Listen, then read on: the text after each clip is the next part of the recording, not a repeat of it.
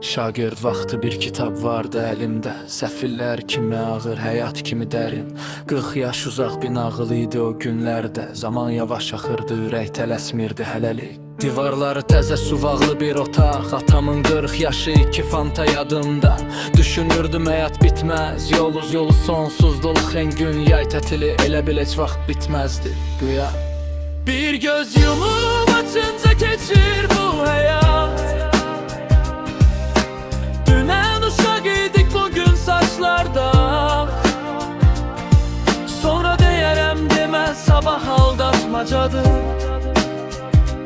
Her gününü yaşa sanki son gündür bu saat. İllər sürətləndi, sərbəst düşən daş kimi. Yerinilər, ötuslar xəbərsiz ötüb keçdi. Əvvəl sevindim ağ tüklərə, sonra yox. Güzgü susur amma həqiqəti gizlətmir heç vaxt heç kim. Deyirdilər bir baxarsan qocalmısan. Gülürdüm o sözə uşaq gülüşüylə. İndi anlayıram gülməli deyilmiş həyat keçər. Sən qalarsan xatirələrin içində. Bir göz yumub açınca keçir bu həyat. Saçlarda vaxtım var demə, vaxt səni gözləmir. Hər gününü yaşa sanki son gündür bu an.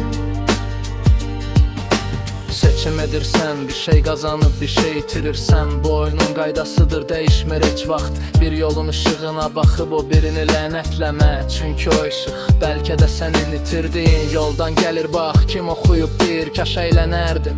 Kim əylənib deyir kaş oxusaydım. Amma heç kim görmür seçdiyinin verdiyini. Olmayan həyatı yox, yaşadığını anlamalıydım.